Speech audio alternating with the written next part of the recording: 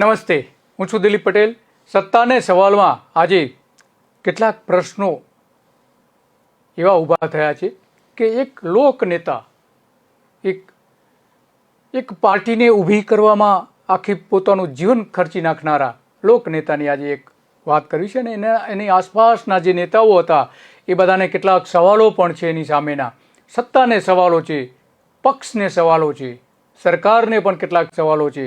દિલ્હીમાં બેઠેલી સરકારને અને ગુજરાતમાં બેઠેલી સરકારની સામેના પણ કેટલાક સવાલો આ નેતાની આજુબાજુના છે. એમાં ખાસ કરીને કેશુભાઈ પટેલની આજે જે 1 વર્ષ થયું છે એમના અવસાનને. 29 ઓક્ટોબર 2020માં એમનું અવસાન થયું હતું.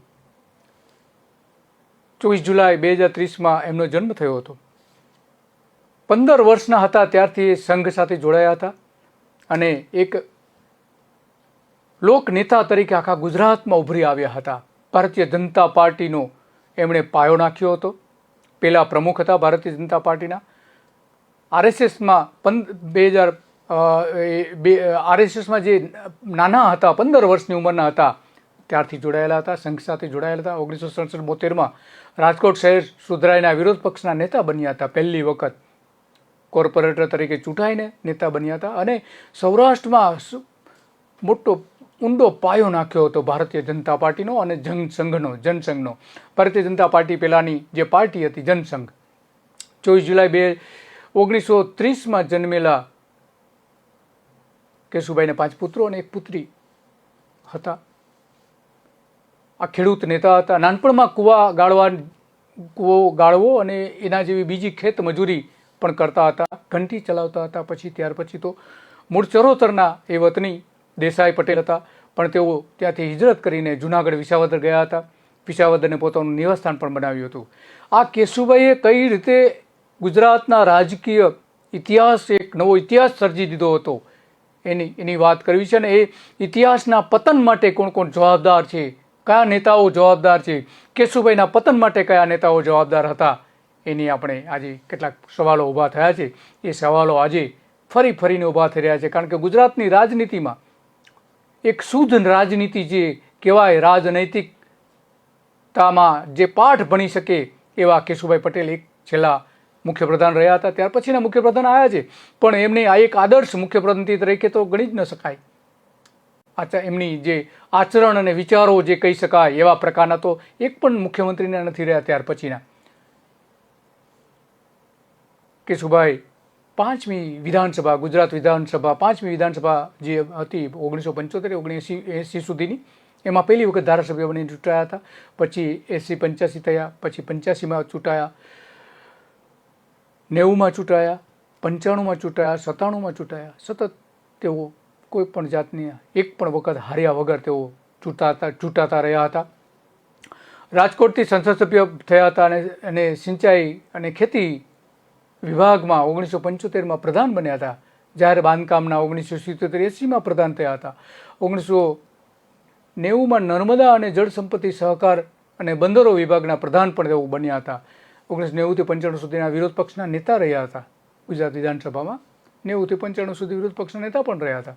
14 માર્ચ 1995થી 21 ઓક્ટોબર 1995 સુધી મુખ્યપ્રધાન તેઓ રહ્યા હતા. પહેલી વખતના જે મુખ્યપ્રધાન રહ્યા હતા. શંકરસિંહ, નરેન્દ્ર મોદી, કાશીરામ રાણા અને પ્રવીણ તોગડિયા ત્યારે ભારતીય જનતા પાર્ટીના મહત્વના નેતા હતા અને અંદરથી તેમની ઈચ્છા હતી મુખ્યપ્રધાન બનવાની. આ તમામ નેતાઓની, શંકરસિંહ, નરેન્દ્ર મોદી, કાશીરામ રાણા અને પ્રવીણ તોગડિયા, આ ચારેય, પ્રવીણ તોગડિયા વિશ્વ હિન્દુ પરિષદ સાથે ત્યારે જોડાયેલા હતા. આ ચારેયને મુખ્યપ્રધાન બનવું હતું. તેઓ રાજકારણની, તેથી કેશુભાઈ પટેલ આ રાજકારણની ગંદી ચાલનો ભોગ બન્યા હતા. તેના જ સાથીઓએ એમની પીઠ પાછળ છરાઓ મૂક્યા હતા. 4 માર્ચ 1998થી ફરી તેઓ મુખ્યપ્રધાન થયા હતા. એક વખત ઉઠાવી દીધા પછી શંકરસિંહ વઘેલે બળવો કર્યા પછી જનસંઘના પ્રમુખ રહ્યા હતા. ભાજપના પ્રમુખ 1995થી ભાજપના રાષ્ટ્રીય ઉપાધ્યક્ષ પણ રહ્યા હતા.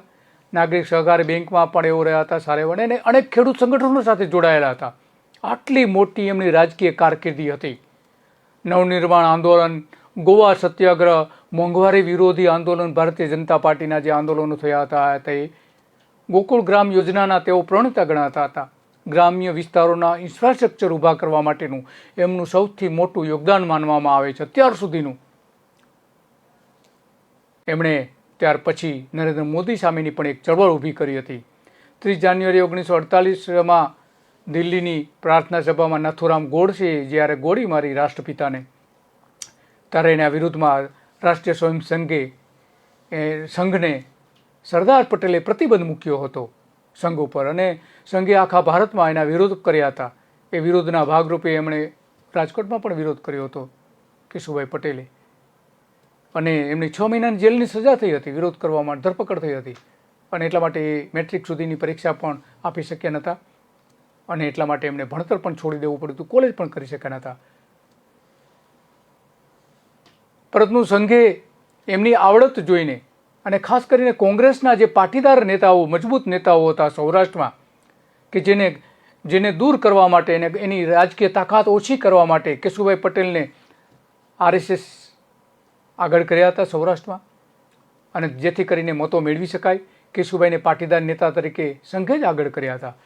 રાજકોટ પાલિકામાં વિરોધ પક્ષના નેતા એમને બનાવીને સૌરાષ્ટ્રમાં પાટીદાર નેતા તરીકેની એક ચળવળ ઊભી કરી હતી સંઘ દ્વારા અને સંઘની સંસ્થાઓ દ્વારા.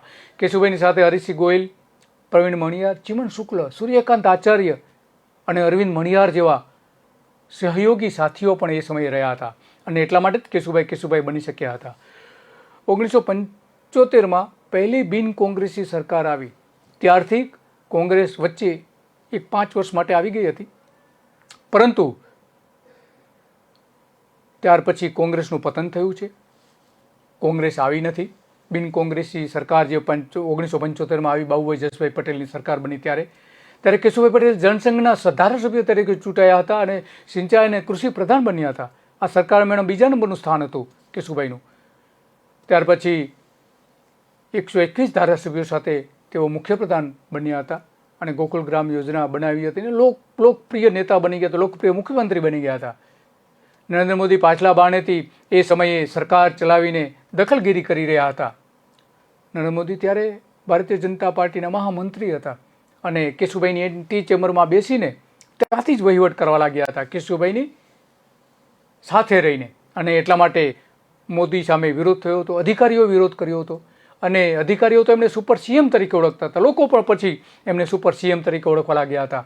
નરેન્દ્ર મોદીની આ મહત્વકાંક્ષા હતી કે તેઓ સરકાર ચલાવી રહ્યા છે, કેશુભાઈને આગળ ધરીને પાછલા બારણે. શંકરસિંહ અને કેશુભાઈ વચ્ચે અંતર વધે એવું કાવતરું નરેન્દ્ર મોદીએ ત્યારથી જ ઘડી કાઢ્યું હતું. એની ગંધ પણ ભારતીય જનતા પાર્ટીના ટોચના નેતાઓ હતા, મુખ્ય પ્રધાન કેશુભાઈ હતા, એમણે ગંધ પણ આવવા દીધી નથી. જોઈએ આપણે પત્રકાર મયુર દવે શું કહે છે, કે એમની એક વખત એમણે જે મુલાકાત લીધી હતી એ આપણે સાંભળીએ કેશુભાઈ શું કહી રહ્યા છે. अगर नरेंद्र मोदी जो है उस समय अगर जनरल सेक्रेटरी नहीं होते तो उन्होंने जो है शंकर सिंह ने कहा कि उनके और आपके बीच में बहुत बड़ा मनमुटाव पैदा करने की कोशिश की, तो उनका यह कहना था. क्या आपको लगता है कि शंकर सिंह इस मामले में कहीं सही लगते हैं? ज्यादातर वो सच बोल रहे हैं. उसी समय हमारे पास भी थोड़ी सी बात आती थी, मैं केंद्र को बताता था, हमारे नेताओं को, लेकिन मैं शासन में ज्यादा व्यस्त था, इसलिए बाद में कुछ पता चला कि शंकर सिंह को वो छोड़ के चला जाए, ऐसी परिस्थितियां पैदा करने में नरेंद्र भाई भी कारण रूप है. વિપ્લવના માર્ગે છે અને પ્રજાપતિ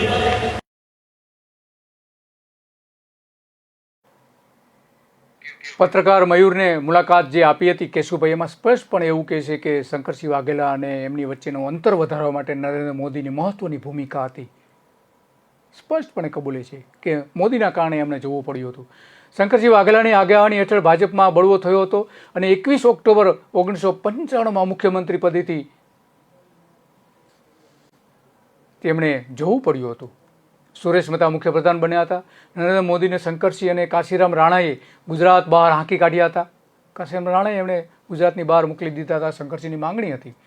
મોદી ત્યારે ગુજરાત ભાજપના મહામંત્રી હતા, પછી મોદીને રાષ્ટ્રીય મહામંત્રી પણ બનાવાયા હતા ગુજરાત બહાર હાંકી કાઢીને. પછી સુરેશ મહેતાને કોંગ્રેસના શક્તિસિંહની મદદથી શંકરસિંહે ભાજપની બીજી વખતની સરકાર પણ ઉથલાવી, અને 23 ઓક્ટોબર 1996માં પોતાની કોંગ્રેસના ટેકાથી સરકાર બનાવી હતી શંકરસિંહ વાઘેલાએ.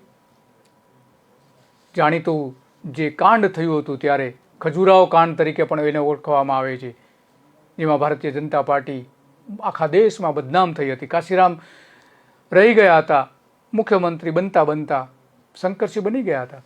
તેથી તેમણે પણ ભાજપને ખેદાન મેદાન કરવા માટેના અનેક જાતના ઉલટ નિવેદનો પણ કર્યા હતા. એના કારણે ભાજપને પણ મોટો ફટકો પડ્યો હતો. 28 ઓક્ટોબર 1998માં 117 ધારાસભ્યો સાથે કેશુભાઈ પટેલ ફરી એકવાર જંગી બહુમતીથી 4 માર્ચ 1998માં મુખ્યમંત્રી બન્યા હતા. 8 ફેબ્રુઆરી 1998માં ત્રિપાંખીયા જંગમાં ભારતીય જનતા પાર્ટીને 182માંથી 117 ધારાસભ્યો ચૂંટાયા હતા. પ્રજાને શંકરસિંહનો બળવો પ્રજાએ ફગાવી દીધો હતો. મોદીને ગુજરાત બહાર ફેંકી દેવાય એની સામે પ્રજાને બિલકુલ વાંધો નહોતો. કેશુભાઈને ફરીથી જંગી બહુમતીથી આપીને આટલી બહુમતી તો મોદી પણ ક્યારે મેળવી શક્યા નથી. એટલી 2 વખત એમને બહુમતી મળી હતી. મોદી પછીના ભાજપના 3 મુખ્યપ્રધાનો ગુજરાતના સર્વમાન્ય નેતા નહીં પણ પપેટની જેમ કામ કરતા જોવા મળે છે. પરંતુ કેશુભાઈ પોતાની તાકાત ઉપર ચૂંટાયા હતા. એમને એક વખત સરકાર ગબડાવી દીધા હોવા છતાં પણ, નરેન્દ્ર મોદી ગુજરાતમાં ન હોવા છતાં પણ તે ચૂંટાયા હતા. પ્રજાએ એમને જબરજસ્ત સમર્થન આપ્યું હતું. એવા એ લોક નેતા હતા. આમ કેશુભાઈને ઉથલાવી દેવા માટે નરેન્દ્ર મોદીએ કેવા કાવતરા કર્યા હતા એનો પણ એ સમયે પર્દાફાશ થયો હતો. કારણ કે નરેન્દ્ર મોદી પોતે મુખ્યમંત્રી બનવા માગતા હતા. એમણે ઈચ્છા ક્યારેય જાહેર નથી કરી કે મુખ્યમંત્રી બનવા માગે, પણ એમની વર્તણૂક સ્પષ્ટપણે દેખાતી હતી. કેશુભાઈની સરકારમાં ભારતીય જનતા પાર્ટીના એક મહામંત્રી નિર્ણયો લઈ શકે, જે ધારાસભ્ય નથી, ચૂંટાયા નથી, પ્રધાન નથી, છતાં પણ એ નિર્ણયો લેતા હતા. ત્યાં જ એમની દાનત સ્પષ્ટપણે બનતી હતી કે તેઓ સત્તામાં આવવા માગે છે, કોઈ પણ રીતે સત્તામાં આવવા માગે છે. અને એટલા માટે જ ધીમે ધીમે શંકરસિંહ વાઘેલા કે જે મુખ્યમંત્રી બનવા, કેશુભાઈ પછી મુખ્યમંત્રી બનવાની જે સૌથી વધારે લાયકાત ધરાવતા હતા, એ શંકરસિંહ વાઘેલાને ધીમે ધીમે અલગ કર્યા. પરંતુ કેશુભાઈ ફરીથી ચૂંટાયા હતા નરેન્દ્ર મોદીની ગેરહાજરીમાં. 45% જંગી મત મળ્યા હતા ભાજપને. કોંગ્રેસને માત્ર 35% મત મળ્યા હતા. મુખ્યમંત્રી નરેન્દ્ર મોદી થવા માગતા હતા. એમને દિલ્હી જવું પડ્યું હતું. દિલ્હી જઈને એમણે ઘણા બધા કાવતરાઓ કર્યા. સુરેશ મહેતાની જે સરકાર બની હતી કેશુભાઈને ઉથલાવી દીધા પછી, એમને પણ ફરીથી કઈ રીતે પરેશાન કરવી એના પણ કેટલાક કાવતરાઓ દિલ્હીથી પણ થતા હતા. કેશુભાઈની સરકારને પડદા પાછળ રહીને પરેશાન કરી હતી. બદનામ કરવા માટેના કાવતરા રચ્યા હતા. સુરેન્દ્ર પટેલ પણ એના સાક્ષી છે. કાવતરા રચવામાં અમિત શાહે પણ ઘણી બધી મદદ કરી હતી. નરેન્દ્ર મોદીને મદદ કરી હતી. કેટલાક પત્રો, રાષ્ટ્રના નેતાઓને જે પત્રો લખ્યા હતા, મુંબઈથી લઈને અમદાવાદ સુધી ટ્રેનમાં બેસીને ભારતીય જનતા પાર્ટીના કાર્યકરોને મુંબઈથી પત્રો છપાવીને એ પત્રો અલગ અલગ શહેરોમાંથી મોકલવામાં આવ્યા હતા ભારતીય જનતા પાર્ટીના નેતાઓને કે કેશુભાઈનું શાસન કેવું ખરાબ શાસન છે. આ કોણે કરાવ્યું હતું? અમિત શાહ એની પાછળ હતા. અમિત શાહ જે કંઈ કરતા હતા નરેન્દ્ર મોદીની સૂચનાથી કરતા હતા. 3 ઓક્ટોબર 2001માં કેશુભાઈ પટેલે રાજીનામું આપવાની દિલ્હી ભાજપે ફરજ પડી હતી આ બધા કાવતરાઓના કારણે. લાલકૃષ્ણ અડવાણીએ મોદી સાથે મળીને કેશુભાઈને ઉથલાવ્યા હતા. પછી નરેન્દ્ર મોદીને મુખ્યપ્રધાન બનાવવામાં આવ્યા હતા. વાજપેયીની તેમાં સંમતિ લેવામાં આવી હતી. કેશુભાઈને મેં દગો આપ્યો હતો એવું અત્યારના જે પ્રધાન છે એ પ્રધાને કહ્યું હતું. અત્યારના ભૂપેન્દ્ર પટેલની સરકારમાં જે પ્રધાન છે રાઘવજી પટેલ, કૃષિ પ્રધાન છે, એમણે વિધાનસભામાં 1 માર્ચ 2021માં કહ્યું હતું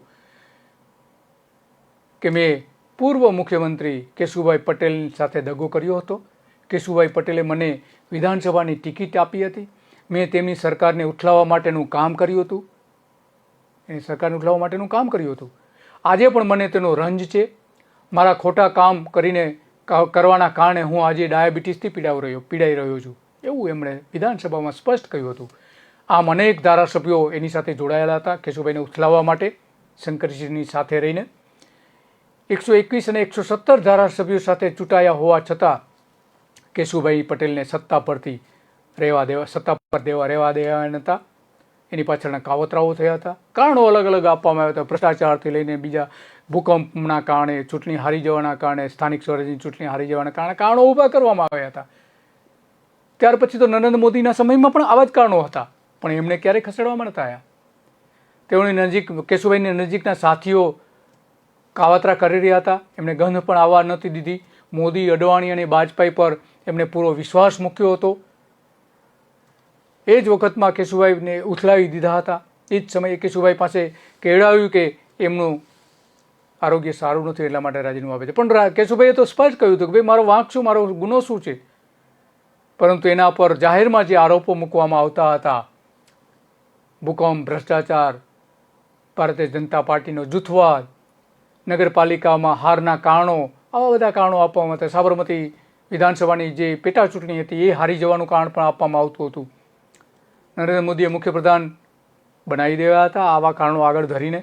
નરેન્દ્ર મોદી નવા મુખ્યમંત્રી બન્યા પછી 82 ધારાસભ્યોએ મોદીનો વિરોધ કર્યો હતો. 82 MLA ઓપોઝ. ધીરુભાઈ ગજેરાએ આ ધારાસભ્યોની એક એક કરીને કેશુભાઈની સમક્ષ હાજર પણ કર્યા હતા. પરંતુ કેશુભાઈએ પક્ષને વફાદાર રહીને મોદીને મુખ્યપ્રધાન તરીકે સ્વીકારી લઈને પક્ષનો આદેશ માન્યો હતો. શંકરસિંહની જેમ એમણે બળવો કર્યો નહોતો. એની સાથે 82 ધારાસભ્યો હતા. શંકરસિંહ પાસે તો 42 જ ધારાસભ્યો હતા. કેશુભાઈએ ધાર્યું હતું નરેન્દ્ર મોદીને ઉથલાવી શકાવત. કેશુભાઈ પટેલ સ્વભાવે ઉદાર અને માનવતાવાદી હતા, એટલા માટે એમણે ન કર્યું. પક્ષને વફાદાર હતા, પક્ષને ઊભો કરનારા તેઓ હતા. ભારતીય જનતા પાર્ટીને ઊભો કરનારા એક નેતાઓ પૈકીના એક નેતા હતા. પરંતુ તેઓ ગંદી રાજનીતિ, આવી જે બધી ગંદી રાજનીતિ હતી એ સમજી શકતા નહોતા અને ગંદી રાજનીતિ કરવામાં પણ માનતા નહોતા. તેઓ પક્ષના નેતાઓ પર ભરોસો રાખીને લોકશાહી ઉમદા ધોરણો અપનાવતા હતા. એના કારણે ગંદા રાજનેતાઓએ એમને ખુરશી પરથી ઉથલાવી દીધા હતા. તેનું પરિણામ એ આવ્યું, સીધી પાર્ટીના કહેવાતા કેશુભાઈના પરિણામ એ આવ્યું કે ભાજપમાં જેટલા પણ બળવાન નેતાઓ હતા તેમને મોદીએ એક એક કરીને એમને ખતમ કર્યા હતા. જેમાં પહેલો ભોગ દત્તા ચિરંદાસ બન્યા હતા. કેશુભાઈ પટેલ, સુરેશ મહેતા, શંકરસિંહ વાઘેલા, કાશીરામ રાણા, ચિમન શુક્લ, ડૉક્ટર AK પટેલ, મકરંદ દેસાઈ, આ બધા જ એક પછી એક ખતમ કરી દેવાયા હતા. ખાડિયાના નેતાઓને પણ એમણે એ જ રીતે ખતમ કર્યા હતા. એક સમયે પક્ષમાં કેશુભાઈ કહે તેમ જ થતું હતું. 2000ની સાલ સુધી કેશુભાઈની બોલબાલા હતી. એમનો બોલ કોઈ ઉથલાવતું નહોતું. પરંતુ ત્યાર પછી 2001થી મોદીનું એક હતું શાસન આવી ગયું હતું. મોદીએ આવીને કેશુભાઈના ધોરણો જે હતા, નૈતિકતાના ધોરણો તે ઉથલાવી નાખ્યા હતા અને પક્ષ અને સરકાર પર એક હતું શાસન એમણે પ્રસ્થાપિત કરી દીધું હતું. સરખમતિયારી વલણ અપનાવ્યું હતું એવું કેશુભાઈ પટેલે પણ ઘણી વખત જાહેરમાં કહેલું હતું. કેશુભાઈ જ નહીં, ભારતીય જનતા પાર્ટીના અનેક નેતાઓએ કહ્યું હતું. વિરોધ પક્ષ તો કે એ સ્વાભાવિક છે, પરંતુ વિરોધ પક્ષ પણ ભારતીય જનતા પાર્ટીના અનેક નેતાઓએ કહ્યું હતું કે નરેન્દ્ર મોદીની જે વર્તણૂક છે એ સરમુખત્યા ભય ભરેલી છે. કેશુભાઈની રાજકીય હત્યા કરી અતિ નિકટના જ તેના નેતાનું ગ્રહણ લાગ્યું હતું. 1999માં લોકસભા વખતે શંકરસિંહની રાજપા પાર્ટી કોંગ્રેસમાં ભળી ગઈ હતી. ભાજપે 26માંથી 20 બેઠકો જીતી હતી. આ કેશુભાઈએ કર્યું હતું. કેશુભાઈને દૂર કરી દેવામાં આવ્યા હતા. ભાજપે 52.48% મત કેશુભાઈએ અપાવ્યા હતા ભાજપને. આવો એમનો ભવ્ય ભૂતકાળ રહ્યો હતો. ઉપરાંત એમનો ઇતિહાસ પણ એક જબરદસ્ત ઇતિહાસ રહ્યો છે કેશુભાઈ પટેલનો. એમનો જે ઇતિહાસ જોવામાં આવે તો આવા રાજકીય નેતા ગુજરાતમાં બહુ ઓછા થયા છે. સાંભળીએ એક અહેવાલ. કેશુભાઈનો રાજકીય જન્મ જનસંઘથી થયો હતો. 1951 થી 1960 દરમિયાન ગુજરાતના જનસંઘના તેઓ સંગઠન મંત્રી હતા. પંડિત દીનદયાળ ઉપાધ્યાય, સર સંઘચાલક ગુરુજી, શ્યામાપ્રસાદ મુખર્જી, અટલ બિહારી વાજપેયી, LK અડવાણી, ક્રાંતિવીર સરદારસિંહ રાણા, વકીલ સાહેબ, નાનાજી દેશમુખ જેવા નેતાઓ સાથે કામ કર્યું હતું. 1963માં કેશુભાઈનું વતન સૌરાષ્ટ્રના માણાવદર નગરપાલિકામાં દેશમાં પહેલી સત્તા અપાવી હતી. માણાવદરમાં બહુમતી મળતા જનસંઘના સ્થાનિક નેતા ગોરધનભાઈ ચૌહાણની હત્યા થઈ હતી. 1981માં ગુજરાત જનસંઘના ત્રીજા પ્રમુખ તરીકે કેશુભાઈ હતા. 1974થી ગુજરાત વિધાનસભામાં જનસંઘ ચમક્યો. કેશુભાઈ પટેલે ગામડાઓ ખૂંદીને જનસંઘનો પિંડ બનાવ્યો હતો. તેઓ ગુજરાતના લોકપ્રિય પ્રદેશ પ્રમુખ બની ગયા હતા. કેશુભાઈના સમયમાં મજબૂત સંગઠન પૂરું પાડનારા મહામંત્રી વસંત ગજેન્દ્ર ગડકર હતા. સંઘ પ્રચારક કાશીનાથ બાગવડે, અનંતરાય કાળે, લક્ષ્મણરાવ ઈમાનદાર, વસંત ગજેન્દ્ર ગડકર, નાથાલાલ ઝગડા, હરિભાઈ ગોહિલ, અરવિંદભાઈ મણિયાર, સૂર્યકાંત આચાર્ય, કેશુભાઈ પટેલ, કેદારનાથ દીક્ષિત, ચિમનભાઈ શુક્લ, હરિશંકર પંડ્યા, મકરંદ દેસાઈ, કાશીરામ રાણા, બલભદ્રસિંહ રાણા, નગીનદાસ શાહ હતા. ગુજરાત ભારતીય જનતા પાર્ટીના પ્રથમ પ્રમુખ કેશુભાઈ હતા. પ્રથમ મહામંત્રી નાથાભાઈ ઝગડા હતા. બંને પીઢ રાજપુરુષો હતા. પ્રદેશ પ્રમુખોમાં મકરંદ દેસાઈ, શંકરસિંહ વાઘેલા, કાશીરામ રાણા હતા. ગુજરાતમાં 1983 થી 85માં અનામત આંદોલન થયું ત્યારે માધવસિંહની સરકારે પ્રજા ઉપર દમન ગુજાર્યું હતું. કોંગ્રેસની માધવસિંહ સોલંકીની સરકાર ગબડી પડી હતી, જેનો સૌથી મોટો ફાયદો ભાજપને થયો હતો. 1975માં બાબુભાઈ જસભાઈ પટેલની જનતા મોરચા સરકારમાં કેશુભાઈ સિંચાઈ પ્રધાન બનીને સંયુક્ત સરકાર બનાવી હતી. કોંગ્રેસને તેમણે હાંકી કાઢવામાં મહત્વની ભૂમિકા ભજવી હતી. 1990માં શ્રી ચિમનભાઈ પટેલના જનતા દળના નેતૃત્વવાળા મોરચા સરકારમાં બીજા ક્રમમાં પ્રધાન અને નેતાઓ સરકારની કામગીરીનો અનુભવ હતો. ત્યારથી કોંગ્રેસનું શાસન ગુજરાતમાં ગયું હતું, જે છેક 2021 સુધી તો આવ્યું ન હતું, હજુ આવે તેમ નથી. માધવસિંહનું વચ્ચે શાસન હતું. 50 વર્ષ સુધી સંઘર્ષ કરીને તેઓ મુખ્યપ્રધાન બન્યા હતા. લાલિયા દાદાની સામે લડ્યા અને રાજકારણમાં આવ્યા, પણ રાજકીય દાદા મોદી સામે તેઓ હારી ગયા.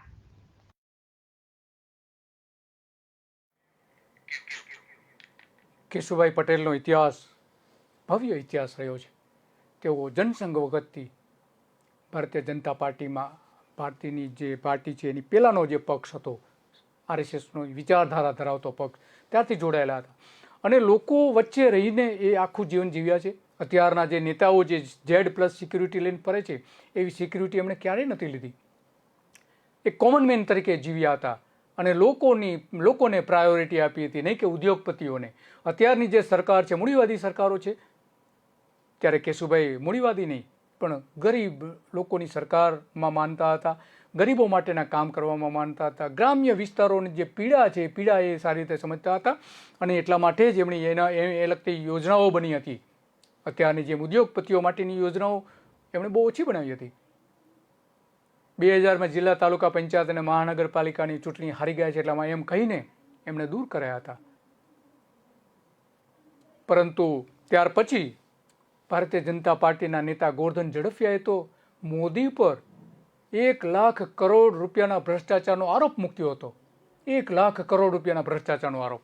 જો કેશુભાઈ સામેના ભ્રષ્ટાચારના આરોપો હતા અને દૂર કરાયા હતા, તો નરેન્દ્ર મોદીને કેમ દૂર ન કરાયા? એ સૌથી મોટો પ્રશ્ન ભારતીય જનતા પાર્ટીના નેતાઓ સામે છે.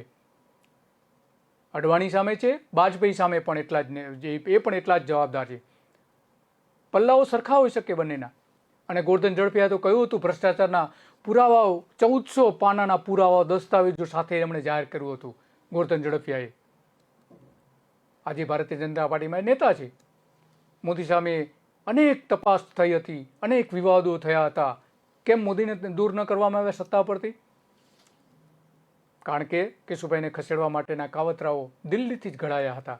ભાજપના નેતા હરેન પંડ્યાની હત્યાનો જે આરોપ પણ મોદી ઉપર હતો, મૂકવામાં આવ્યો હતો, કેમ દૂર ન કર્યા? પક્ષના નેતાને જ ઉપર જ્યારે આવું થતું હોય ત્યારે.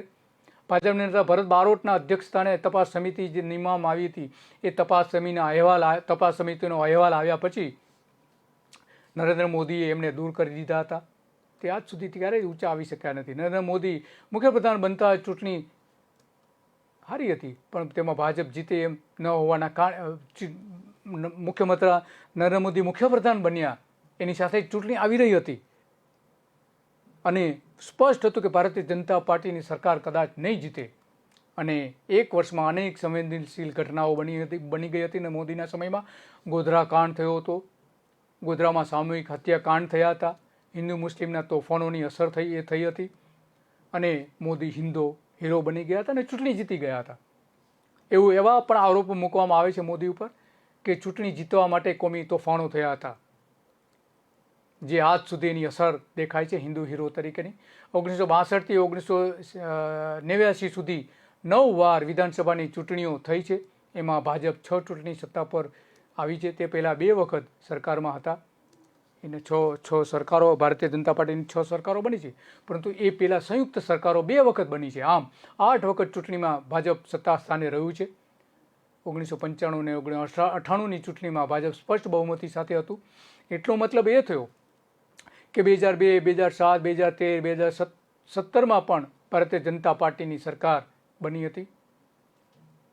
આમ કેશુભાઈ જેવી લોકોની એક પણ સરકાર આવી નથી, એના ઉપરથી સ્પષ્ટ થાય છે. અને એમને જે સરકારો જે આવી એ કોંગ્રેસના શાસન કરતાં પણ ભારતીય જનતા પાર્ટીનું શાસન વધારે થઈ ગયું છે. એના વર્ષો કરતાં વધારે વર્ષો થઈ ગયા છે. છતાં લોકો આજે પીડિત છે, દુઃખી છે, ગરીબી એટલી બધી વધી રહી છે, લોકોને જે ઇન્ફ્રાસ્ટ્રક્ચર મળવા જોઈએ નથી મળતા, ગ્રામ્ય વિસ્તારોમાંથી શહેર તરફ પ્રજા હિજરત કરી રહી છે, આદિવાસીઓની અત્યંત ખરાબ હાલત છે, શહેરોમાં વસતા ગરીબની સંખ્યા વધી રહી છે, ગામડાઓમાં ગરીબી વધી રહી છે. આ બધા પ્રશ્નો શા માટે? તો પછી ગુજરાત આદર્શવાદી રાજ્ય છે, ગાંધીના વિચારોથી વ્યાપક અસરો એની લોકમાનસમાં જોવા મળે છે. અને એટલા માટે જ કેશુભાઈ એક લોકપ્રિય નેતા હતા. પ્રત્યક્ષ અને પરોક્ષ રીતે આજે પણ એ વિચારધારા, ગાંધીની જે વિચારધારા છે જોડાયેલી છે. રાજકીય લોકો ભ્રષ્ટાચાર કરે તે પસંદ નથી. 1995માં રાજના જે થયું હતું એ પછી પણ ઘણી બધા વિવાદો થયા હતા. અને કેશુભાઈ સાથેની જે નરેન્દ્ર મોદીએ મુલાકાત કરી હતી, એ કેશુભાઈ અંગે જેના જે અવસાન થયું હતું એને 1 વર્ષ થયું, ત્યારે મોદીએ જે કહ્યું હતું, શ્રદ્ધાંજલિ જે આપી હતી, એ જોઈએ કે મોદીએ શું કહ્યું હતું. देश का, गुजरात की धरती का एक महान सबूत हम सभी से बहुत दूर चला गया है. हम सभी के प्रिय श्रद्धेय केशुभाई पटेल जी, उनके निधन के समाचार मैं कल्पना ही नहीं कर सकता हूं. मैं बहुत दुखी हूं, बहुत स्तब्ध हूं. केशुभाई का जाना मेरे लिए किसी पिता तुल्य के जाने की तरह है. उनका निधन मेरे लिए ऐसी क्षति है जो कभी पूरी नहीं हो पाएगी. केशुभाई ने मुझ जैसे अनेकों साधारण कार्यकर्ताओं को बहुत कुछ सिखाया.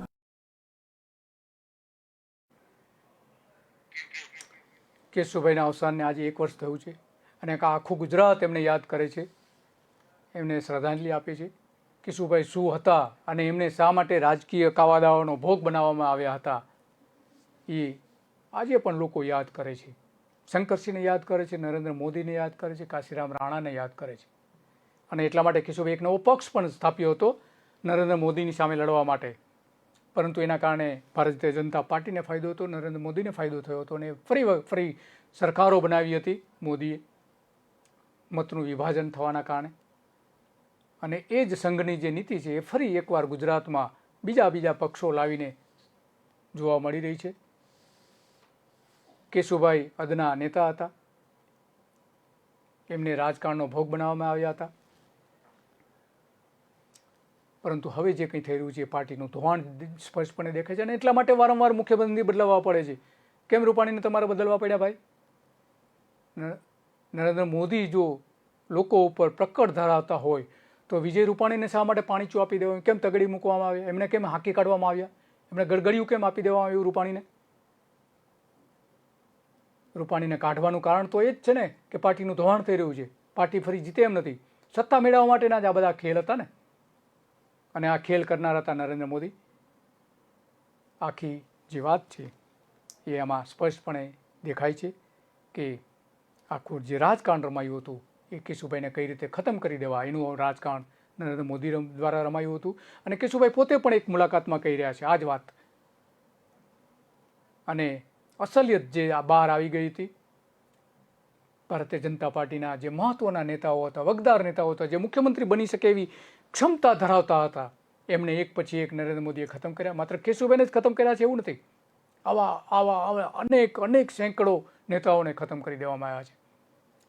રાજકારણમાં ટકી રહેવું હોય તો હરીફને ખતમ કરવા પડે છે એવું મોદી માને છે, પરંતુ ગુજરાતના લોકો એવું નથી માનતા. નમસ્તે.